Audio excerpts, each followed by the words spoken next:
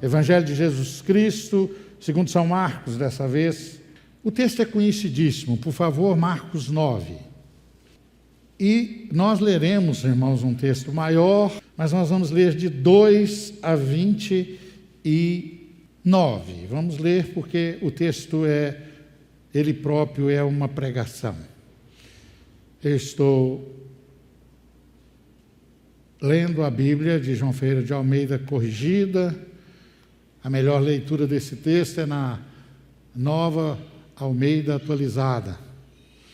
Está escrito assim na eterna palavra do Senhor nosso Deus. Se você está na sua casa e puder ficar de pé em reverência à leitura da palavra de Deus, Deus está recebendo com certeza da sua parte a sua posição de reverência. Está escrito assim na eterna palavra do Senhor nosso Deus. Então, e 6 dias depois, Jesus tomou consigo a Pedro, a Tiago e a João e os levou sós, em particular, a um alto monte e transfigurou-se diante deles. E as suas vestes tornaram-se resplandecentes, em extremo brancas como a neve, tais como nenhum lavadeiro sobre a terra as poderia branquear. E apareceu-lhes Elias e Moisés e falavam com Jesus. E Pedro, tomando a palavra, disse a Jesus: Mestre, bom é que nós estejamos aqui e façamos 3 cabanas, uma para ti, outra para Moisés e outra para Elias, pois não sabia o que dizia, porque estavam assombrados. E desceu uma nuvem que os cobriu com a sua sombra, e saiu da nuvem uma voz que dizia: Este é o meu filho amado, a ele ouvi. E tendo olhado ao redor, ninguém mais viram, senão Jesus com eles. E descendo eles do monte, ordenou-lhes que a ninguém contasse o que tinham visto, até que o Filho do Homem ressuscitasse dos mortos. E eles retiveram o caso entre si, perguntando uns aos outros: que seria aquilo? Ressuscitar dos mortos. E interrogaram-no, dizendo: por que dizem os escribas que é necessário que Elias venha primeiro? E respondendo ele, disse-lhes: em verdade, Elias virá primeiro e todas as coisas restaurará. E como está escrito, o Filho do Homem, que ele deva padecer muito e ser aviltado. Digo-vos, porém, que Elias já veio e fizeram de tudo o que quiseram, como dele está escrito. E quando aproximou dos discípulos, viu ao redor deles grande multidão e alguns escribas que disputavam com eles. E logo a multidão, vendo-o, ficou espantada e correndo para ele o saudaram. E perguntou aos escribas: que é que discutis com eles? E um da multidão respondeu e disse: Mestre, trouxe-te o meu filho, que tem um espírito mudo, e este, onde quer que o apanha, despedaça-o, e ele espuma e range os dentes e vai se secando. E eu disse aos seus discípulos que o expulsassem e não puderam. E ele respondendo lhes disse: ó geração incrédula, até quanto estarei convosco? Até quando vos sofrerei ainda? Trazei-mo. E trouxeram-lhe, e quando ele o viu, logo o espírito o agitou com violência, e caindo endemoniado, por terra revolvia-se espumando. E perguntou ao pai dele: quanto tempo há que lhe sucede isto? E ele disse: desde a infância. E muitas vezes o tem lançado no fogo e na água para o destruir. Mas se tu podes fazer alguma coisa, tem compaixão de nós e ajuda-nos. E Jesus disse-lhe: se tu podes crer, tudo é possível ao que crê. E logo o pai do menino, clamando com lágrimas, disse: eu creio, Senhor, ajuda a minha incredulidade. E Jesus, vendo que a multidão concorria, repreendeu o espírito imundo, dizendo-lhe: espírito mudo e surdo, eu te ordeno, sai dele e não entres mais nele. E ele, clamando e agitando-o com violência, saiu. E ficou o menino como morto, de tal maneira que muitos diziam que estava morto.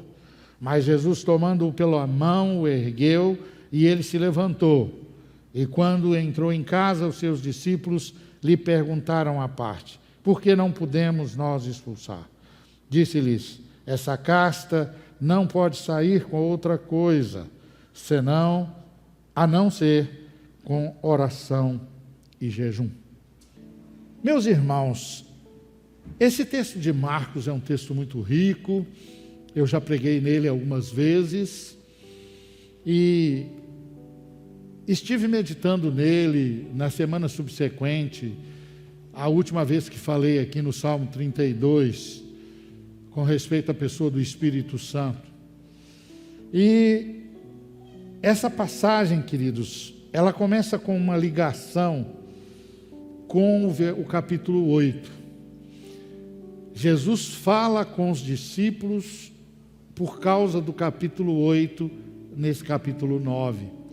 Aí os versículos, no capítulo 8, versículos, é só você virar a página, você não vai desmarcar a sua Bíblia. No capítulo 8, versículos 27 e 29, ocorreu o seguinte diálogo entre Jesus e os discípulos apóstolos.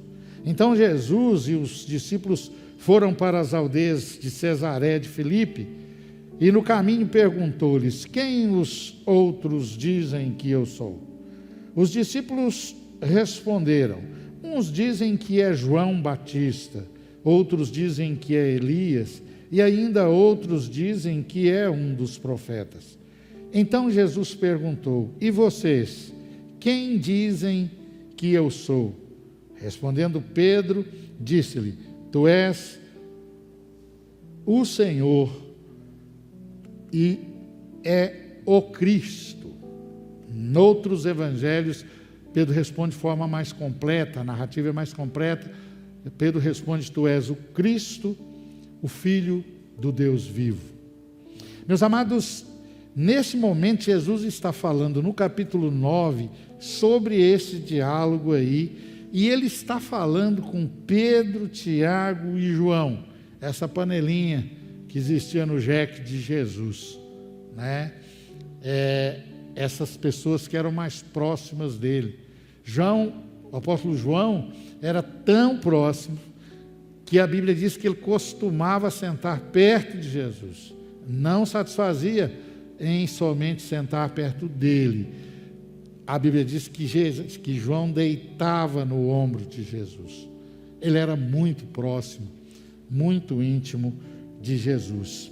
E Jesus disse a Pedro que aquela resposta que ele deu no capítulo 8, aqui no capítulo 9, versículos 1 e 2, Jesus está falando com eles. Foi uma resposta que não veio da carne, não veio da sabedoria, que certamente Pedro tinha conhecimento do Antigo Testamento, da pessoa de Jesus, como judeu, que era ensinado a todos, mas que não foi carne nem sangue, mas que quem falou com Pedro, lá no capítulo 8, que acabamos de ler, que Jesus era o Cristo, o Filho do Deus vivo, narrados pelos outros evangelhos sinóticos, é o Espírito Santo quem disse a ele. Somente o Espírito Santo poderia dizer a ele. Sabe por quê, irmãos? Jesus não começou o ministério dele, e aqui ele está mais ou menos no meio, um pouco mais do meio do seu ministério público.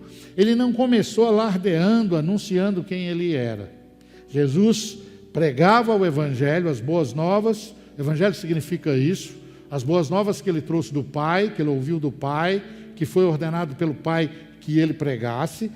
Ele fazia milagres, sinais, prodígios, para o povo se arrepender e crer na mensagem dele. Mensagem esta que tinha começado a ser pregada pelo seu precursor, o profeta João Batista, que era: arrependei-vos, porque é chegado a vós o reino dos céus. E quando Jesus começou a fazer sinais, prodígios, a pregar o evangelho, as boas novas, ele continuava pregando: arrependei-vos, porque é chegado a vós o reino de Deus. Então, queridos, nós temos aqui, nesse texto, um ensino importante de Jesus, que eu quero dividi-lo primeiramente em duas etapas. O primeiro é que todo crente, desde esses dias de João Batista, os discípulos de João Batista já passaram a seguir a Jesus, os discípulos de Jesus, e até hoje, nós, crentes em Jesus Cristo, nós temos uma fase de entendimento do Evangelho, que entendemos na nossa mente, no nosso intelecto, nós entendemos o Evangelho para se converter e começar a fazer parte do reino. Quando você decide ser crente em Jesus Cristo, ou qualquer destas pessoas que se tornaram crentes em Jesus Cristo no tempo apostólico, igreja primitiva, no tempo de Jesus, essas pessoas entenderam e creram. E que a igreja do Senhor, os crentes, os homens, raça, quando digo assim, a raça humana, crente, a igreja, o povo de Deus, nunca foi diferente em tempo nenhum. Homem sempre foi homem. Nós temos a descendência do pecado, da queda de Adão, a influência má na nossa carne, no nosso íntimo, na nossa vontade, e sempre os homens seguiram o mesmo caminho na conversão e dá a Deus quase que o mesmo trabalho sempre. E depois que tem essa compreensão, que tem essa conversão, o crente precisa conhecer a glória do rei desse reino que ele passa a fazer parte, esse reino que chegou. E esta é a experiência com o Espírito Santo que eu preguei no Salmo 32.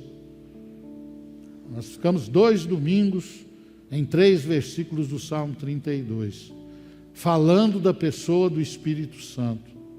Então, o Espírito Santo de Deus, depois da sua conversão, que você passa a fazer parte do reino, ele tem como missão, ele quer fazer com que cada crente conheça a glória deste Rei, de Jesus, do Rei do reino, que o Espírito Santo é quem nos revela. E aqui neste texto, então, eu queria fazer menção deste aspecto para que nós possamos vivê-lo. Sabe, irmãos, tomara que você que está aqui hoje seja uma exceção. Tomara. Tomara que você que está me ouvindo, me assistindo pelo YouTube, seja uma exceção. Mas as igrejas evangélicas estão cheias de pessoas que não passaram dessa primeira fase, que entenderam o Evangelho, se converteram, passaram a fazer parte do reino, mas não conhece a glória do Rei do reino, não conhece a glória de Deus, aquela glória que o apóstolo Paulo fala que é de glória em glória, que você vai crescendo, vai conhecendo a glória de Deus. Muitos crentes não conhecem, não tiveram ainda uma experiência com Deus. E para ter essa experiência com Deus, é preciso buscá-la, é preciso aproximar-se de Deus. Como é que você vai conhecer alguém com o qual você não caminha, você não está próximo, você não tem um relacionamento? Então, entre os discípulos, João, Tiago e Pedro passaram dessa fase escolar, dessa fase do aprendizado. Jesus, então, vendo-os, aqui no capítulo 8, fala com eles que eles, no versículo 1, 2 e 3, 6 dias depois, ele pegou. João está aí no versículo 2, ele pegou Pedro, Tiago e João e os levou a sós, em particular, a um alto monte, e transfigurou-se diante deles. Aqueles 3, irmãos, eram os únicos que estavam buscando e que estavam prontos a ter a segunda experiência. Conhecer a glória do reino. Sabe como é que eles se converteram? Sabe como é que eu me converti? Sabe como é que você se converteu? Conhecendo que Deus enviou Jesus numa manjedoura, que ele foi criado num lar pobre. A oferta de Jesus, pelo nascimento dele como primogênito, foi uma pombinha. Era de gente pobre, não foi um cordeiro. Ele foi criado num lar pobre. Ele era o carpinteiro. Ele foi enviado por Deus e morreu na cruz para nos salvar. Isso nos salvou, isso nos converteu, isso veio ao nosso entendimento, isso nos constrangeu, e nós nos rendemos em fé, e nos convertemos e passamos a fazer parte do reino. E aqueles discípulos de Jesus também ouviram a mensagem de Jesus, a mensagem do carpinteiro, aquela pessoa que não era conhecida lá no mar, depois que Jesus ordena o mar, o vento, as ondas que cessem, e tudo cessou e tudo se calou. Os próprios discípulos falaram: mas quem que é esse homem? A gente pensa que é o carpinteiro, a gente pensa que é aquele moço lá, o menino que nasceu na manjedoura, aquele filho de Maria, aquele que é o José, o padrasto, aquele que depois que José morreu, continuou na carpintaria. Não é esse o carpinteiro? Nós não conhecemos as suas irmãs. A toda hora Jesus ia se revelando, mas há algo extraordinário que é transcendente, que Deus quer revelar a nós crentes depois dessa fase. E aqui ele tira no versículo 1, por isso que eu disse que o versículo 1 e 2 faz uma ligação com o capítulo 8, o capítulo anterior, e fala assim: vocês estão prontos, porque eles eram próximos. Eles eram pessoas que não estavam satisfeitas com seu estado espiritual. Eram pessoas que percebiam que tinha algo mais e queria algo mais. E buscava algo mais. E corria atrás disso. E queriam ser próximos de Jesus. Então Jesus, 6 dias depois, que o Espírito Santo revela isso a Pedro, ele enxerga ainda Tiago e João e fala para eles: vão para o monte. Vocês que ainda estão na primeira fase, vocês que ainda... Havia Judas lá, que ainda tinha em mente que Jesus podia se revoltar e tomar o reino à força. Israel passar a ser um império. E que ainda teve coragem de vender Jesus por 30 moedas de prata. Estava lá entre eles, Pedro com a sua espada. Estava lá crentes que não buscaram crescer, que não estavam procurando ser íntimos de Jesus. Então Jesus pegou os 2 e falou: vocês já podem. É por isso que Jesus fala lá no capítulo 8, que alguns ali, antes de morrer, estava falando dos 3. Falou assim: alguns antes de morrer, não vai morrer sem conhecer a glória do reino. Era ele. Ele falava da transfiguração. Agora eles chegam lá no monte. Sabe, irmãos, eu vi uma igreja fechar. O templo hoje é de incrédulo. Foi vendido. No centro da cidade. Mês passado ele foi vendido. E eu estive nessa igreja, numa hora de conflito, entre pastor e igreja. E havia um grupo de irmãos que falava assim: depois que o pastor tal, fulano de tal, está aqui, nós não vamos orar mais no monte. E ele virou assim para mim: o povo está falando que eu não vou orar no monte, que aqui não ora mais no monte. Monte de quê, Adolfo? Me perguntou. Monte de quê? Monte de areia? Numa atitude de zombaria, de desprezo. Não, nós não devemos remover marcos antigos, queridos. Até Jesus ia para o monte. Não é certo, não. Mas havia uma ideia que se Deus está no alto, isso não está na Bíblia não, irmãos. Mas havia na cultura judaica, dos povos dessa época, que se Deus está no alto, se você orar no monte, você está mais perto dele. Mas Jesus não pensava assim, não. Só que o monte, para Jesus, era um lugar deserto, um lugar onde ele teria liberdade de orar, lugar que ele oraria sem ser interrompido, lugar que ele oraria sem ser atrapalhado no seu momento de oração. Então, o que é errado é pensar que o monte tem alguma coisa de santa, porque senão a gente vai fazer uma torre igual o povo de Babel. Babel, aquela ideia ruim que Deus teve que punir, trazendo uma complicação de língua sobre eles, é porque eles achavam que se eles fizessem uma torre, quanto mais alta ela fosse, mais perto de Deus eles chegavam. Isso é errado. Mas o crente que tem costume de ir para o monte, Jesus orava, não é só no monte não, ele orava em lugares desertos, a Bíblia diz.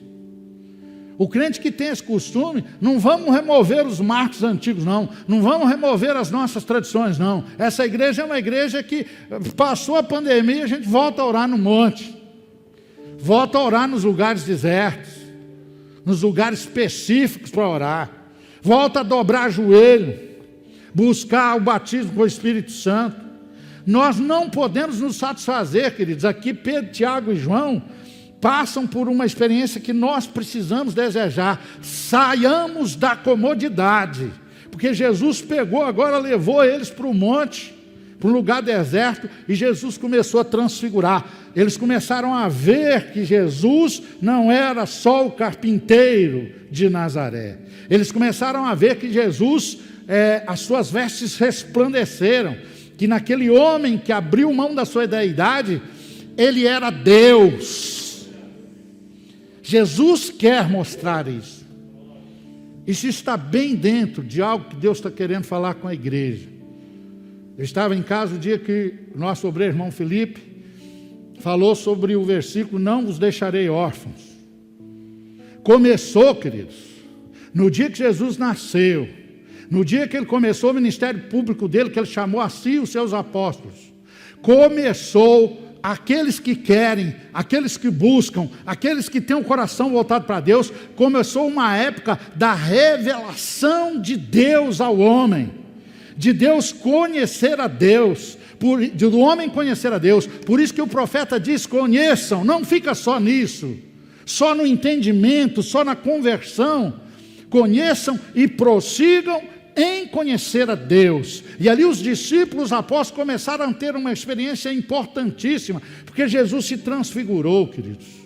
Jesus teve um momento, e eles viram na visão lá, Jesus falando com o Pai, e eles viram na visão, aquilo foi uma visão. Moisés e Elias não estiveram ali presencialmente, corporalmente não, foi uma visão. Eles viram Jesus transfigurar ali no monte, viram a glória dele. Depois João vai ver isso em Apocalipse, nas revelações. Jesus se transfigurou, e ali estava Moisés, que representava a lei, que representava a tipologia de Jesus, e ali estava Elias, que representava os profetas que pregava contra o pecado, contra as autoridades corruptas, contra os reis, contra os poderes, contra os homens errados, os homens que andavam por caminhos tortuosos e anunciavam a vinda do Messias. Essa é a figura da visão de Moisés e de Elias. E Deus se manifesta numa nuvem e fala, agora não é mais Moisés, não, João, Pedro, Tiago. Deus quer nos ensinar, irmãos. Deus quer nos mostrar a sua glória. Fala assim, agora não é mais Moisés, Elias, os profetas. Ouvi, este é o meu filho amado.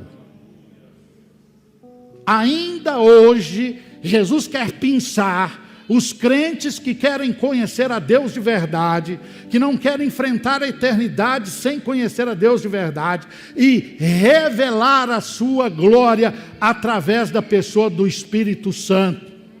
Como eu disse, começou em Jesus Cristo uma fase do homem se aproximar de Deus, Deus se aproximar do homem poder ter a autoridade, ter recebido de Jesus Cristo a possibilidade de ser filho de Deus, de se aproximar de Deus e de conhecer a Deus.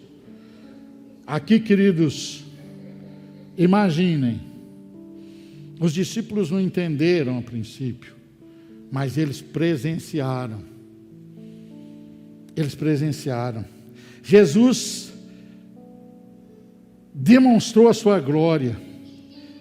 Se você tiver marcador de Bíblia, vai para 2 Pedro, você vai ver Pedro falar disso. Olha o efeito.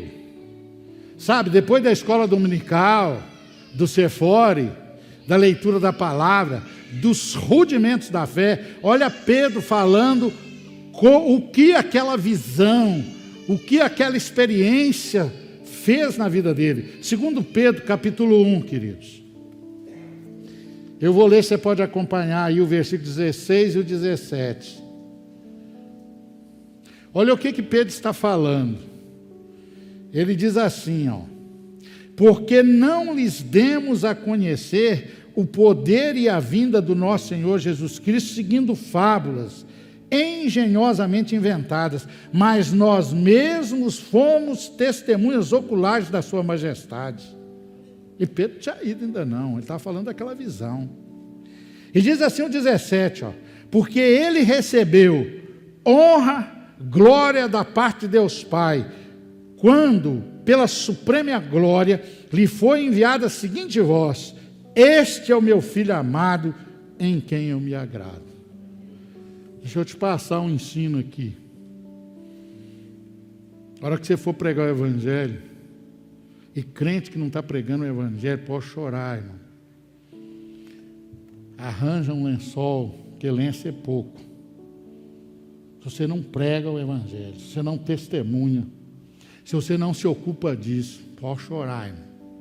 E você que está em casa, chora, chora, chora, chora, porque estes, segundo as parábolas, não serão incluídos no arrebatamento da igreja. As suas lâmpadas estão vazias. Quem te faz pregar o Evangelho é a presença do Espírito Santo, simbolizado pelo azeite das lâmpadas na parábola das 10 virgens. Você pode chorar. Se Jesus não faz parte do seu vocabulário, das suas conversas, se Jesus não faz parte da sua forma de viver, de lidar com pessoas, de falar, de se expressar, chora, porque talvez ainda haja tempo. Pedro falou assim, não foi só o discipulado, o curso bíblico que Jesus deu, não. Nós vimos a sua glória, nós vimos a sua majestade, nós vimos quando Deus se manifestou numa nuvem e falou: este é o meu filho amado, acabou, o resto passou, agora é Jesus. Quero te falar uma coisa, que algumas pessoas que dizem entender de Deus, querem colocar Elias aqui e Moisés, validando culto, conversa com os mortos. Não precisa mais nada, não. Basta o próprio texto. Primeiro é uma visão. Lucas fala claramente que isso é uma visão. Segundo, o próprio texto diz: acabou. Se tivesse jeito de falar com eles, não vale mais. É Jesus. O próprio texto. Você não precisa sair dele, não. Ah, é? Isso aí você está aprendendo sobre Deus, sobre isso? Então está dizendo aí que acabou Moisés, acabou Elias, acabou os profetas, acabou o passado, há uma nova aliança, agora é Jesus. Agora é Jesus. E Deus, queridos, Deus quer nos revelar isso. Deus quer nos mudar de patamar. Ele quer nos mudar de dimensão. Ele quer nos ver falar, sentir, afirmar como Pedro: nós sabemos, nós vimos, nós sentimos, nós somos agora testemunha, nós temos experiência, nós experimentamos da sua glória, da sua majestade, da sua grandeza, e o Pai tem nos revelado que Ele é o caminho, que não há dúvida, que nós estamos seguros. Por isso que eu te disse, se entrar na Covid e for para a glória, não fica afobado não, irmão. Ir para a glória é o meu destino, é o seu destino, é o nosso chamado. Jesus espera por nós. Ele pagou caro para isso. Ele deu a vida dele. Então, amados, esse texto, ele me deu entendimento. Eu queria que você o tivesse também. Tem algo mais para nós. Nós precisamos buscar esse algo mais. Aqui, irmãos, não vamos ficar intertidos com a pandemia, não. Doença sempre houve. Eu estou usando até mais máscara.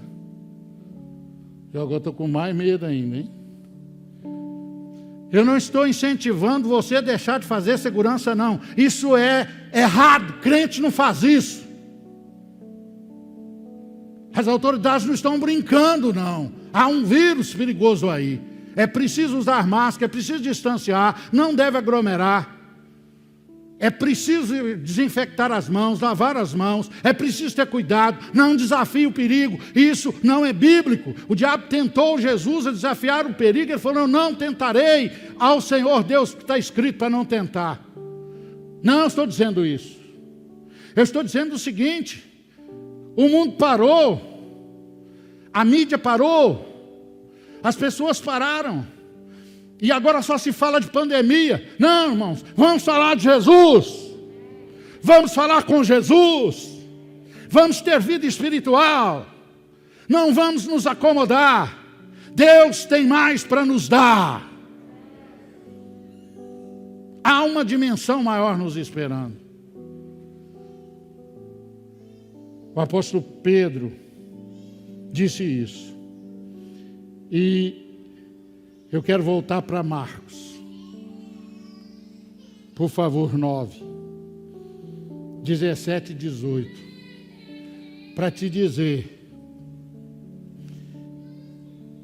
a diferença da presença de Jesus ou não. Pedro, João e Tiago desceram do monte numa dimensão maior, irmãos. Sabe, o mundo amarela.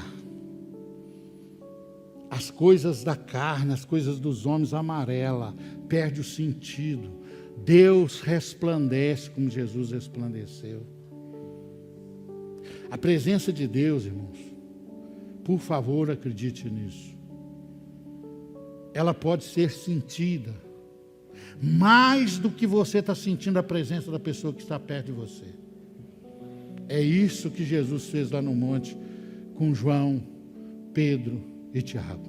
E que Ele quer fazer conosco. Nós precisamos querer isso. João queria. João ficava perto de Jesus. Ele não queria perder uma palavra. Ele não queria perder uma oportunidade. Ele reclinava no ombro de Jesus. Pedro queria. Pedro buscava. Tiago buscava. E Jesus falou assim: vem aqui que eu vou dar a vocês. Vocês não vão provar a morte. Vocês vão morrer depois. Serão mártires. Mas vocês não vão provar a morte antes que vejam a minha glória. Antes que mudem de patamar. Antes que eu vos encha da glória do Pai. Jesus é Deus, irmãos. Jesus é Deus. E nós precisamos ser cheios dele. E nós não ficamos órfãos, não. O Espírito Santo está conosco. Eu estava lá no quarto em determinados momentos. Olhava para a porta assim. Orei. E falei: Senhor, se essa Covid chegou ali, eu sei que o Senhor botou ela para correr. Quem que eu vou temer, irmãos? se o Senhor está comigo? Qual é o problema? O crente não pode ter medo, irmão. O crente tem que ter fé. Como eu disse, eu não estou incentivando ninguém a fazer as coisas erradas. As pessoas que adoeceram aqui, que eu liguei, eu mandei até escrito o que devia fazer. Elas são testemunhas, todas. Acho que o primeiro foi Netinho.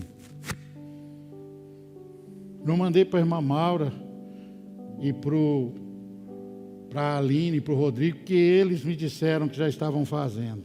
A Aline me disse. Ou o Rodrigo, acho que eu conversei com o Rodrigo. Os outros eu mandei. Hoje já mandei, ontem, para o Wagner. Nós temos gente aí esperando o resultado de exame. Assim que eu confirmar, o pastor ligando, é porque o resultado foi positivo. Vou ligar, vou mandar o material. Não estou incentivando isso não. Queridos, eu estou te convidando. Vamos nos abraçar com Jesus como João fazia.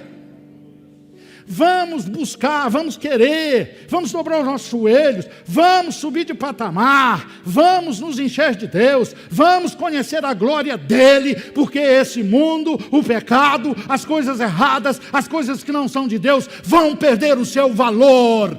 E nós teremos no nosso coração, arraigado em nós, como Pedro fala, não foram fábulas, não foram escritos, não foram livros de autores famosos, não foi a experiência, o testemunho de alguém, mas nós vimos a sua glória e Deus quer nos mostrar a sua glória. Vamos pensar em coisas do alto. O monte significa isso. Moisés estava no monte, foi lá que Deus falou com ele. E quando ele desceu de lá, o seu rosto brilhava pela glória de Deus. Os discípulos aqui estavam no monte. Jesus estava no monte jejuando quando foi tentado, lugar deserto. Nós precisamos, queridos, aceitar essa realidade. Então, rapidinho agora, para mim está dito o que eu queria dizer. Está pregado o que Deus queria que eu pregasse. Mas eu quero te chamar a atenção para duas coisas importantes ainda nesse texto, sem demorar nelas. A primeira é versículo 17 e 18. Olha aí que eu vou ler. Um do meio da multidão respondeu: Mestre, eu trouxe até o Senhor o meu filho, que está possuído de um espírito mudo. E este sempre que se aposta dele, lança-o por terra e espuma, e range os dentes, vai definhando. Pedi aos seus discípulos que o expulsassem, mas eles não puderam. Olha a condição da igreja sem Jesus. Jesus não estava lá. Sabe o que eu estou dizendo? Jesus quer ficar 24 horas conosco. Você vai para o trabalho, ele vai com você. Você volta do trabalho, ele volta com você. Você entra em casa, ele entra junto. Você deita na sua cama, ele está com você. Você abre os seus olhos acordando pela manhã e o Senhor está lá. Jesus quer isso, Ele veio por isso, é isso que significa: não vos deixarei órfãos, eu vou para o Pai, mas outro igual, de igual essência, será enviado, e o Espírito Santo foi enviado, e Jesus mora em nós, e Jesus está em nós, e Jesus está conosco. E se Jesus está conosco, o que o homem, o que o vírus, o que a bactéria, o que alguma coisa desse mundo pode fazer conosco? Nós somos mais do que vencedores. Nós somos um povo da vitória, o povo da alegria, o povo do canto santo, do canto de vitória, do canto de quem sabe quem é, para onde vai, e o tanto que Deus nos ama e nos valoriza. A igreja sem Jesus não pôde fazer, queridos. Mas dali a pouco, acaba a bênção do monte, acaba o culto coletivo. Jesus se manifesta a Pedro, Tiago e João e fala: vão lá embaixo, vão reencontrar a igreja. Ela não pode ficar muito tempo sem mim. Não pode. Ela precisa de mim. E Jesus vem vindo. E eu fico imaginando Os discípulos vê Jesus lá. E a multidão mesmo vê que ele é o Jesus. E alguém diz Ele não veste muito diferente dos outros, não. Ele não tem nenhum esnobe. Ele é simples. Ele é manso. Sua palavra é doce. Mas é Ele. É Ele. Aqueles lá são discípulos dele. E Jesus vem aproximando e já pergunta: o que estão discutindo com a minha igreja? Isso me interessa. O que é que vocês estão querendo? Por que há esse mover contra a igreja? O que está acontecendo aí? E o pai responde: você não estava aqui, Jesus. Eu vim para te encontrar, não te achei aqui. Eu então falei com seus discípulos: expulsa o espírito imundo do meu filho. Eles não puderam, não. Aqueles eram judeus, irmãos. Aqueles eram uma igreja fria. Uma igreja que sabia, mas não conhecia. Aqueles que ficaram lá não puderam ir para o culto do monte. Aqueles que ficaram lá não puderam receber a glória do Rei do Reino. E por isso eles não puderam expulsar. E por isso eles não puderam fazer. Esse é o retrato de uma igreja aonde Jesus não pode estar presente. E nós precisamos fugir dela. Nós não podemos ser essa igreja, não. Falta experiência com Deus. Falta conhecer o poder de Deus. A igreja que só conhece a história de Jesus Cristo.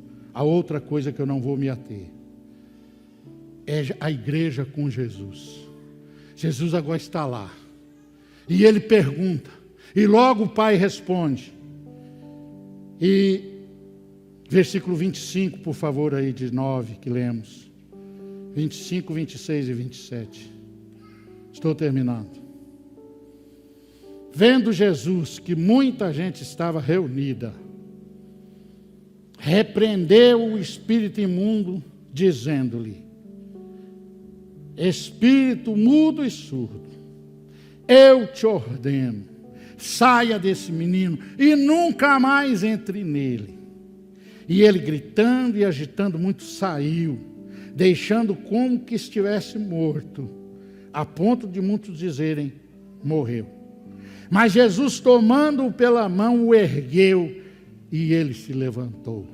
Essa igreja tinha Jesus nela.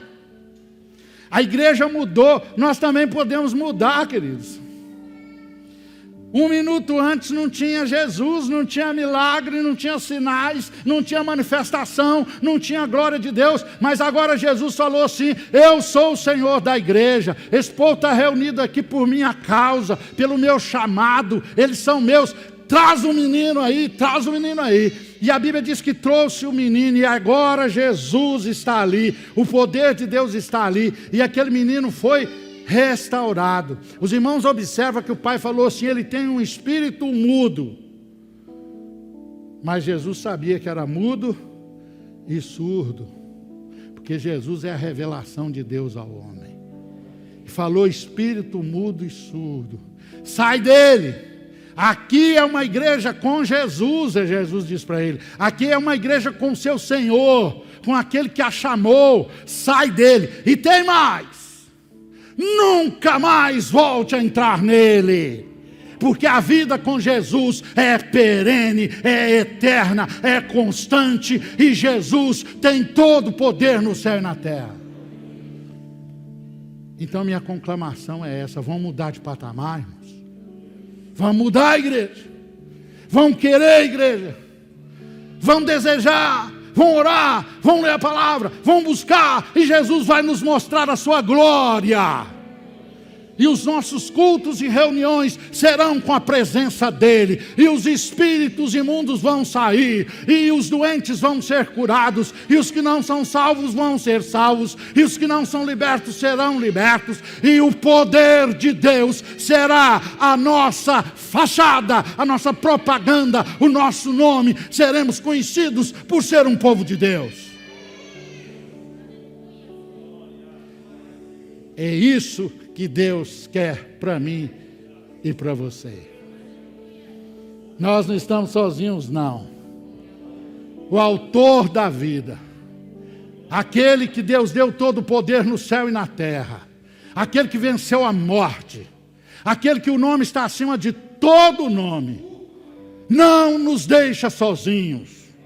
Quando você sair amanhã, hoje é o primeiro dia da semana, para o seu trabalho, na rua, na sua casa, sei lá, você é uma autoridade do reino de Deus. O Senhor Jesus está com você. Você é a igreja. Você pertence à Assembleia dos Santos que vão morar com Jesus na eternidade. A igreja precisa levantar. Acorda, igreja. Levanta, a igreja. Vamos subir de patamar. Vamos ser a igreja de Jesus Cristo, porque o Senhor Deus quer isso de nós.